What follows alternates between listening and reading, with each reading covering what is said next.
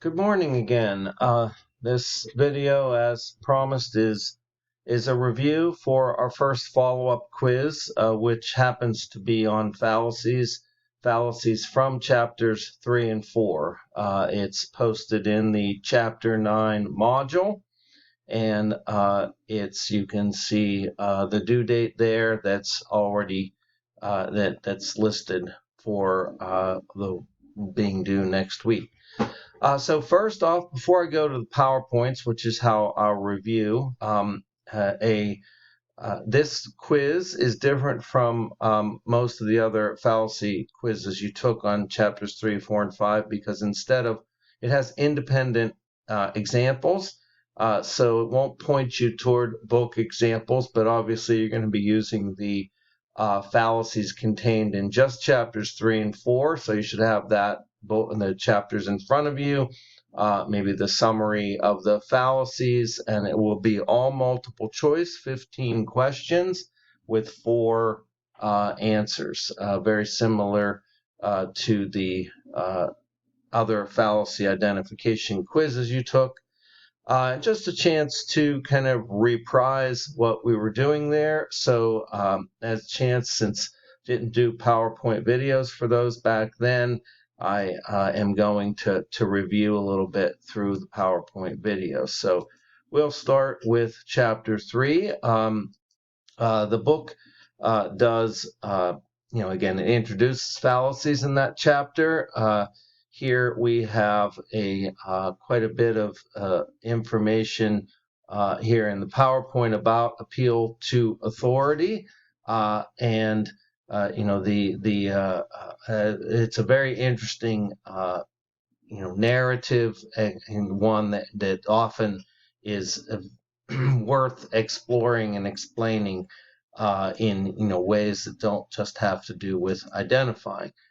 So I won't go into incredible detail with that, but the appeal to authority fallacy it does happen everywhere, very often. We have to make judgments about who's believable and why they are doing it. Obviously, celebrities are often, trying to convince us of things simply because they're famous. If they're not experts in the field, that would be an appeal to authority fallacy. So moving forward, the inconsistency fallacy is a very interesting, hardcore logical one. Again, another way of thinking of it, if it helps you, is that inconsistency is related to, or another name for it is contradiction, when somebody contradicts themselves, or contradiction in general, two statements that just simply contradict each other. We are labeling that as inconsistency.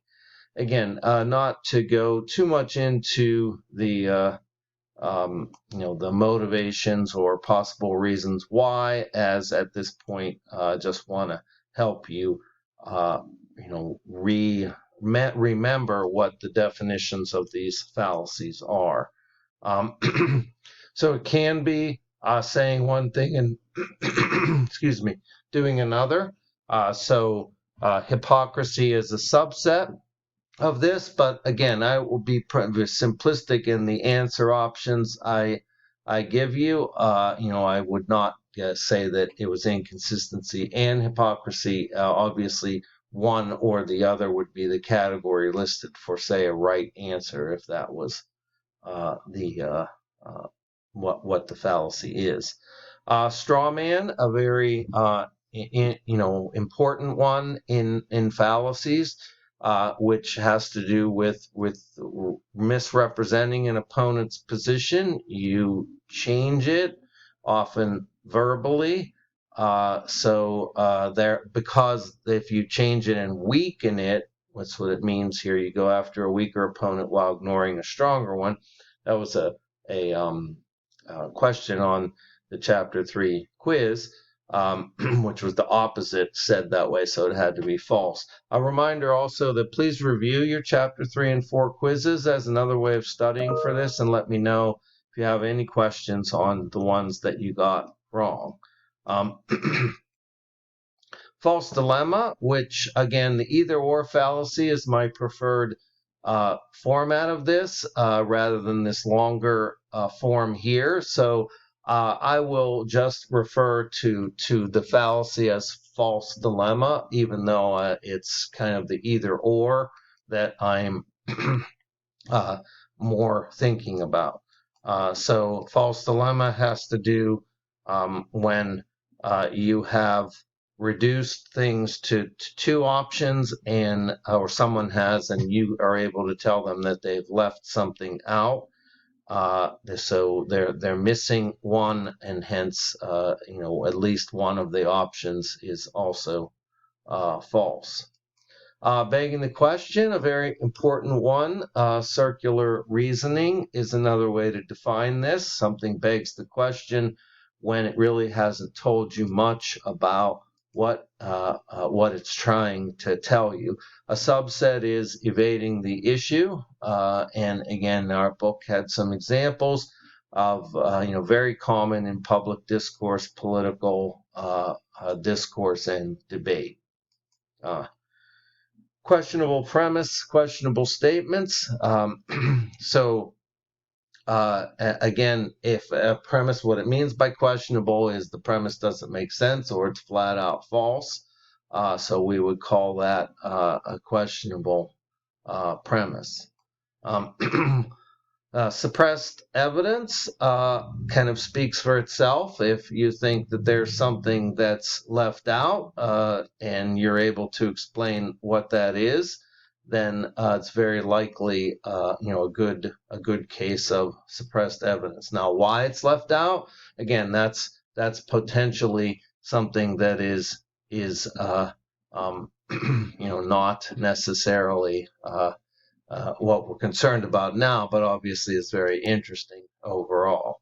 And then last off, tokenism, mistaking a token gesture for the real thing, a drop in the bucket, as they say, or tokenism is its own form of say, contradicting in behavior. So behaving one way in one situation and behaving a different way in a different situation. All right, well, that is chapter 3. So let us move on to chapter 4, invalid inferences. A lot of very well-known fallacies, beginning with ad hominem, from the Latin to the person or against the person. That's when you attack the person, you put them down, you say something mean about them, about their character. Attack mostly their personality rather than their argument. And it says here, attacks on character or credentials are sometimes relevant. That is, a person's behavior, say in a court case, might be brought up a previous behavior as evidence. Again, that's not something I'll be testing in this follow-up quiz, because again, all you'll be doing is identifying fallacies. There will be, I can tell you, a couple of hints. First, there won't be any no fallacies. I'm not going to give you everything will have an answer of the 4. One will be the right answer of a fallacy. Guilt by association, very interesting one. Intellectually, or I guess you should say psychologically, people do this. That is a variety of ad hominem. 2 wrongs make a right. Interesting fallacy that we all know about, right? The point is that it's a fallacy because 2 wrongs do not make a right. So don't get confused by that language. 2 wrongs make a right is the fallacy because it doesn't work that way. The book's example of fighting fire with fire, self-defense, etc. That's a subset of this, creates a whole new set of tensions and difficulties in being able to pinpoint it perfectly. Hypocrisy is also a subset here. Appeal to tradition or popularity. The issues of we've always done it that way. Clearly, a very common issue that people have to deal with. Just because something is popular doesn't mean it's good. Just because something has been done that way doesn't mean that it may not need to be changed. So again, that kind of context is really, really good for, extended analysis. The irrelevant reason, we have, sorry, let me down here for a second. Irrelevant reason is kind of a garbage can for fallacies that say reasons or premises that are irrelevant. It may not fit any of the other fallacies perfectly. Equivocation, a very interesting one in strict logical sense, is when you have a term or expression, a word that changes meaning. And of course, that can happen in many contexts. And if it happens in the context of an argument, and people may be manipulating to take advantage of that difference, that's something that you have to identify and tell them about. And equivocation is a very important fallacy in real life. Appeal to ignorance. Again, simple structure. Appeal to ignorance is if something hasn't been proven wrong, somebody says, then it has to be right. If something hasn't been proven to cause this, then it has to be said to not cause it. So the absence of evidence is taken as grounds to believe the opposite, and that's not a good way of thinking. Appeal to pity or fear, I can tell you, are not on the quiz at all. This so I can not say that all the others are, but just to give you a heads up, you don't have to worry about those two, but they are very real life examples of problems. Composition and division, again, are kind of two sides of the same coin. Composition is committed when a person assumes that an item must have a certain property because a whole must have a property because all of its parts have that property. I like to keep composition and division separate by saying that you're composing.